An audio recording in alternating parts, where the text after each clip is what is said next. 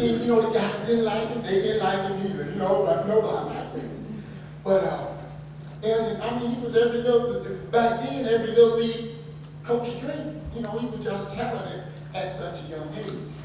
And the guys were jealous of him. And I noticed Elgin was new to the team. He didn't have any friends on the team. And I started noticing him kind of shine away from everybody. And so one day after practice, I came up to him. I said, look, man, I said, Elgin, I think you're really good. I said, these guys are jealous of you. I said, don't let them discourage you. Just keep doing what you're doing. And Elgin looked up at me. He said, man, you really think so? I said, I know so. You're one of the best on the team. And from that day forward, it was the start of a great friendship. That's how we proclaim our friendship, being there in times of need for one another. Since I have known him grow up through over the years, he has become a man of great stature. He has a lot of love, pure love in his heart. He's one who encourages people. He's a very motivational speaker. He loves encouraging people as well as himself. He's a very challenging person with determination to succeed in anything and everything that he do. Not like letting the criticism or the downplay a man stand in his way. As long as I have known him throughout his career, I've never known him to allow the success or the failures of life to dictate to him that he was someone greater than or lesser of, but I always humbled himself and I always stayed true to me as a friend, and I always believed that he could overcome any obstacle. I respect him for that. He has been an inspiration to me in my life, and it's a privilege to stand here before you all and to call him a friend indeed. Which brings me to the book. The first time he told me, he said, man, I want to write a book. I said, write a book? I'm thinking to myself, write a book? What you gonna write about? Jokes? Because you full of them. Anybody know Elgin know what I'm talking about. He's just full of jokes. And I'm thinking on terms of, like a Dr. Seuss book or something. With a black cat with a pimp hat on or something, titled, Black Man I Am, I Eat Chickens and Yams, Black Man. Something like that, he went on to say that, he wanted to write about his life, share with people the struggle and the hard times, that he went through and coming up. All I would have done was encourage him. I always felt like his cheerleader, his personal, this side cheerleader, encouraging him in everything that he do. And I have not read the book yet. I have not seen really what's in the book. But I'm quite sure as we read the book, we all can get something out of it and understand from Elgin's heart, from his point of view, how difficult it was probably to achieve the things that he have achieved, the ups and the downs. But in closing, Elgin, I would like to leave with you a few thoughts. I know throughout your college days, no one ever voted for you as a Heisman Trophy. But as I replay in my mind the memories we shared together and excitement it brought to the relationship, you are my Heisman candidate. When your professional football career was over, when your life took a turn, I never knew anyone to vote for you for the Hall of Fame. But the love that you have for your children, the respect and the honor you have for your parents, and the love that you show towards your family, friends, and those around you, that makes you a Hall of Fame. And last, you may or may not become some great author. I don't know. But as we read through your life,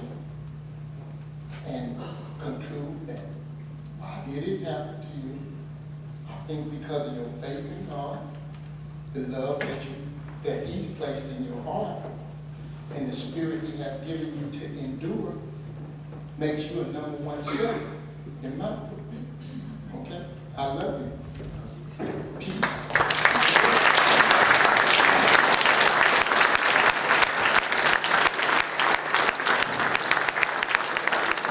Thank you, Mr. Jack Johnson.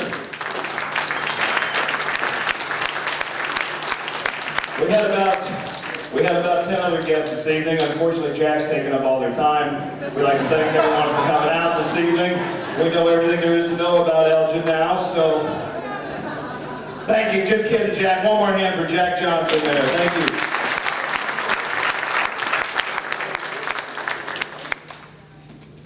Have another special guest this evening.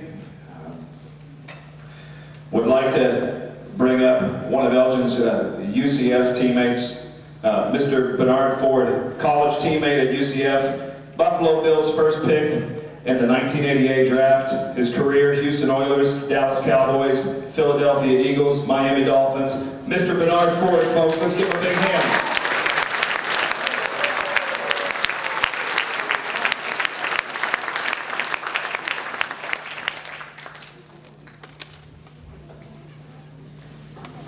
I don't know if I can follow Jack, but I'll do my best. Well, we all know Elgin. I think we all love Elgin and understand what he's trying to do and the things he's been through to get to this point. I won't dwell on those thoughts. I'll just tell stories that a lot of people in here don't know about. Other than some of our former teammates at UCF that are here, Coach Gooch. I kind of gave him the nickname. He's following me, so everybody's heard of, you tickle a baby, you go oochie goochie goo, oochie goochie goo, Coach Gooch. When I got to UCF back in 1985, a testament to why I'm standing here today and honoring Elgin is that we've been friends for 23 years now. And for me, that's a great testament and a great honor to myself to be able to call this guy a friend of mine for 23 years. It's a really long time. In those years, he's always been the same. Up, down, good or bad, he's always been the same. We had the same dream, as a lot of kids do when you're growing up and you're playing sports, whether it be like Mr. McDowell playing baseball or hockey or football or basketball, whatever it is. Elgin and I had a chance to spend a lot of intimate time together as far as it relates to sports. So this one particular time we were in Fernandina Beach.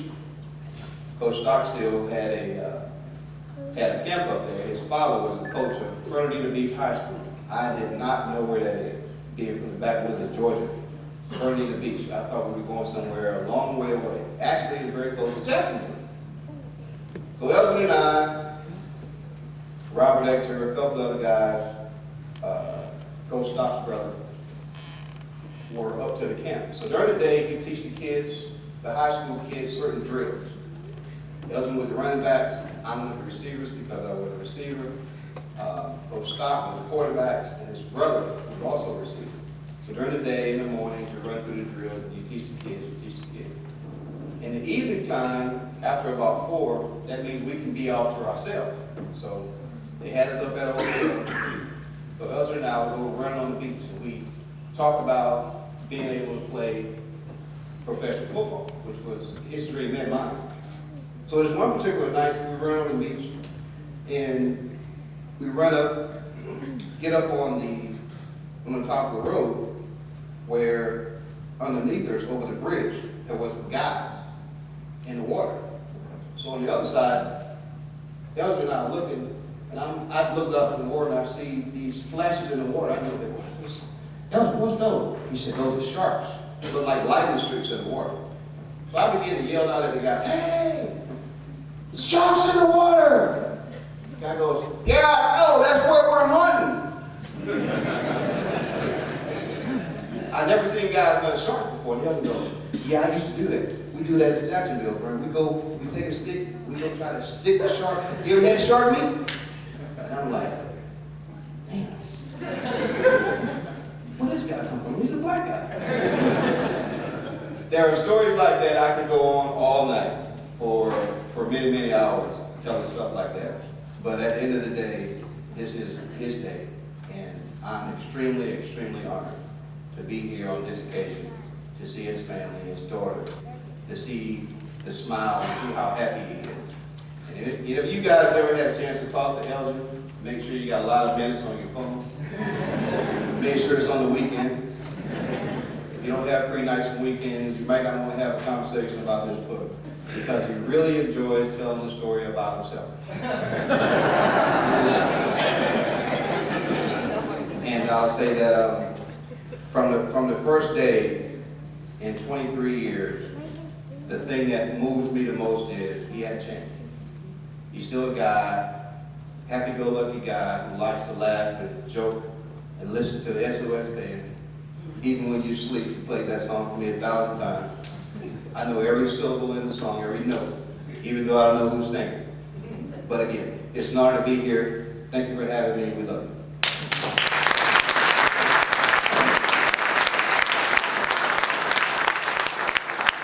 Thanks again, Mr. Bernard Ford.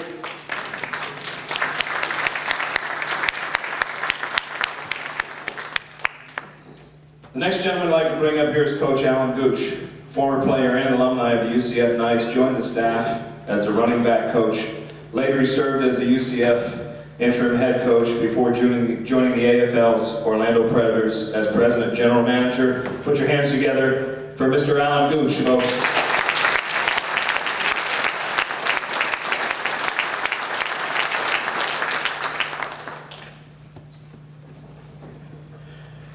Well, Bernard Ford and I were having a little chat, and he said we got to keep it short because Elgin Davis is going to talk here at the end. We do you all a favor by coming here and keeping it short and sweet. We love him, but I coached him.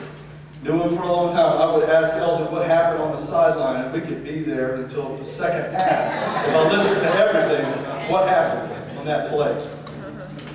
I would be remiss not to, I'm sure Elgin will talk about these gentlemen, but Ray Irvin, who played defensive back for UCF, stand up, Ray. He is a police officer at campus. Elgin's roommate in college, Gil Barnes, who also played running back for me at UCF. Gil's in corrections in Tallahassee and has been there for a long, 17 years, I think. I'm just so proud.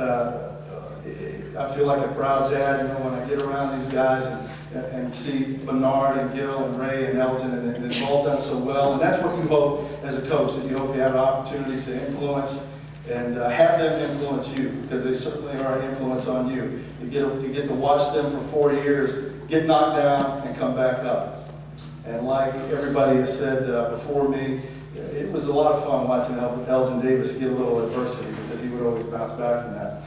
When I first started coaching at UCF, I was a defensive back when I played, and then I was a defensive back coach and graduate assistant.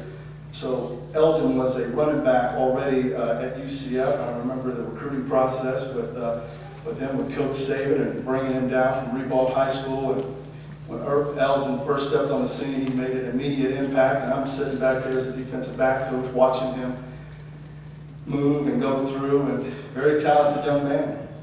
And so I hope this book isn't why did it happen to me and there's a bunch of negatives, because he was very blessed with speed and strength. And you know, it should be why did it happen to me, because you know, when I think when the Lord said speed, I thought he said feed, and I had already eaten, so I didn't get in line. And Elgin was certainly in that line, and a very strong individual.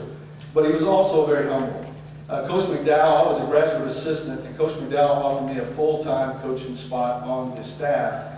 And Elgin and Aaron Davis and Gil Barnes and Robert Ector were already there. We had a great stable of running backs. I was really blessed to come in. And I knew as a graduate assistant watching Elgin and the other guys play that Elgin certainly had an opportunity to play in the NFL. And basically my job was not to mess that up. And he was a talented young man, and let's just try to get him there. And Elgin spent the time needed. And he was physically gifted, but he didn't come in running a 4.3. He may be running a 4.5, but he worked at it. He worked at it. You know, a lot of people think that a lot of those gifts are just given. Yeah, there's some basic fundamental things that were given to Elgin Davis, but he expanded on those while he was there. I think he was benching 450 pounds before he left, and he certainly wasn't doing that as a freshman. He spent the time in the weight room. And then his junior and senior year, he got real serious about it and spent a lot of time in the film room and became a student of the game. And so I enjoyed being around that process and watching him grow and have an opportunity to coach one of the first players drafted into the NFL at UCF. I used Elgin's name quite a bit in my 21 years recruiting at UCF to tell people I coached Elgin Davis. And we would break out that film every year when the regulators, the running backs would get together to start camp. We would break out Elgin Davis's last run, and I'll close with this.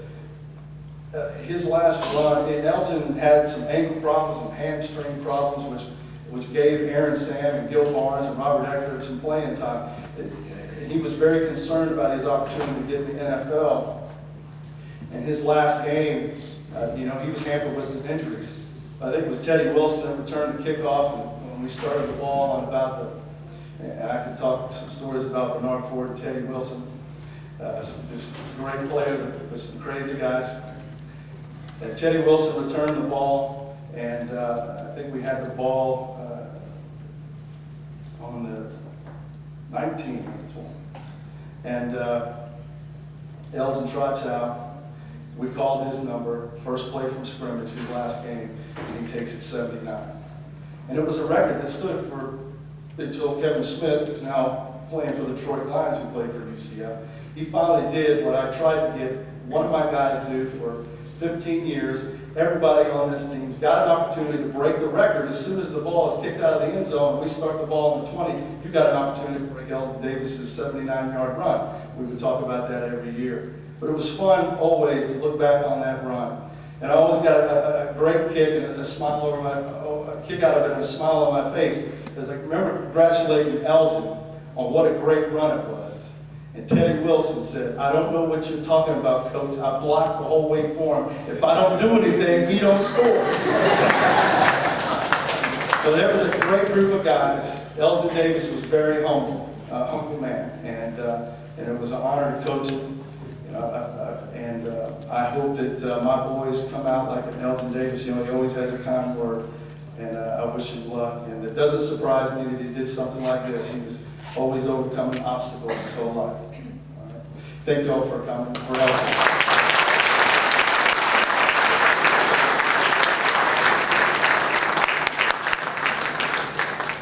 Big round of applause one more time, folks. Alan Gooch, Coach Alan Gooch. Thank you. You know, Jack Johnson was talking about a lot of people being jealous of Elgin on the football field, and he was a great athlete. One thing I can assure you, no one's ever been jealous of Elgin is his fishing abilities. He called me about a year ago. He was fishing on the lake by my house and said, "I just caught a great fish, it's huge." The guy called it a mudfish. "Can I eat this?" I said, "Yeah, I eat them all the time. Tastes just like lobster. Get about 4 or 5 of them, take as many home as you can and eat them." And I believe on the way to the truck, someone stopped him and said, "You need to throw those back." Anyways, some more speakers we have this evening. We have a tape message from Raymond Berry this evening. Those of you who aren't familiar with who Raymond Berry is, he's one of the NFL's greatest all-time players, receiver for the Baltimore Colts. He led the NFL in receiving in 1958, 59, and 1960. Was named to 3 consecutive Pro Bowls. In 1973, he was inducted into the Pro Football Hall of Fame. In 1985, Berry led the Patriots to a wild card play berth and led the Patriots to Super Bowl against Mike Ditka and the Chicago Bears.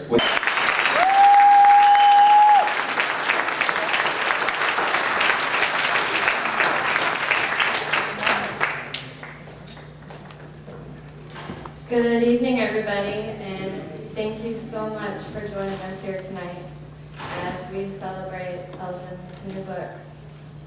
Such an incredible night because Elgin and I have been looking forward to this night for the past 3 years. And we talked about it and dreamt about it, and just very surreal seeing all of you here. coming out to support him.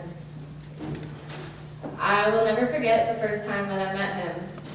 We worked together several years ago, and he came into the office where I was and wanted to send a fax. Well, you know Elgin very well. You know he's not good with electronics. So after about 5 minutes, I turned around and he's standing there looking a little silly and stupid. He politely asked me for some help. Well, after I gave him a hard time for a couple minutes, I showed him how to do it. And that was the beginning of a beautiful friendship that we have built over the last several years. We have shared so many priceless memories together, lots of fishing trips. In fact, the fishing trip that Chris spoke of, that was probably the first fish we've ever caught because we don't catch fish when we go fishing. So we were really excited, but we couldn't eat it. I'll never forget when he came to me one day with the idea of writing this book, and I immediately encouraged him to do so, and of course asked if there was anything I could do to help. Well, he told me he couldn't type, so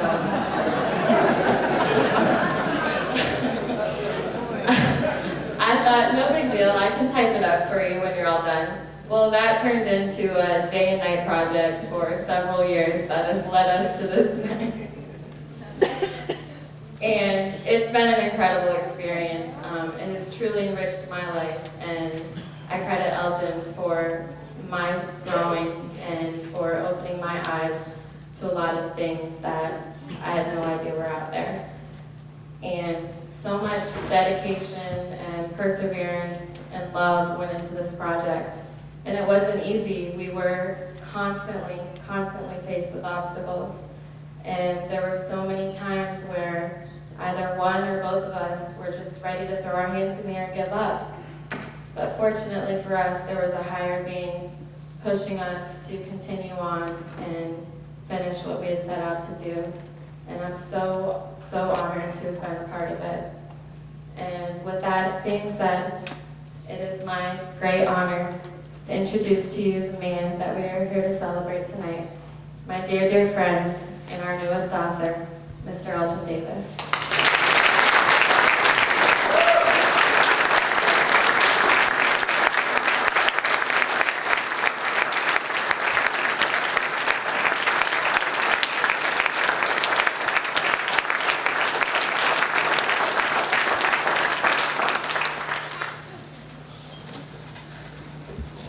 Again, thank you so very much to all of the people that are here to make this event special for me. It's so many people that I must thank, because I truly believe that no one truly attains anything of greatness by themselves. And I first like to give Radisson a big round of applause for allowing us to be here. So let's give it up for Radisson.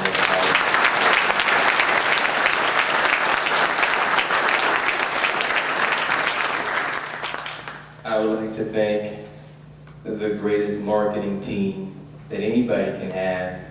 Two young ladies that's worked with me relentlessly over the last couple of weeks, night and day, to make this possible. The programs that you have, the invitations that you guys receive, the phone calls that were made. I'd like to give it up for CNR Marketing. Give it up for CNR Marketing for me, guys.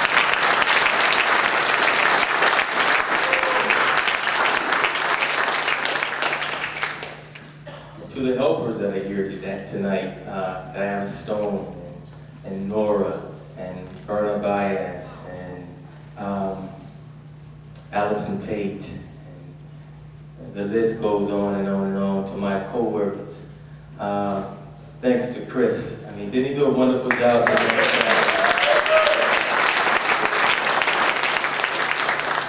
Thank you for all of those who helped in this project. I mean, so many of my co-workers, Morales, I love you so much. You're so beautiful.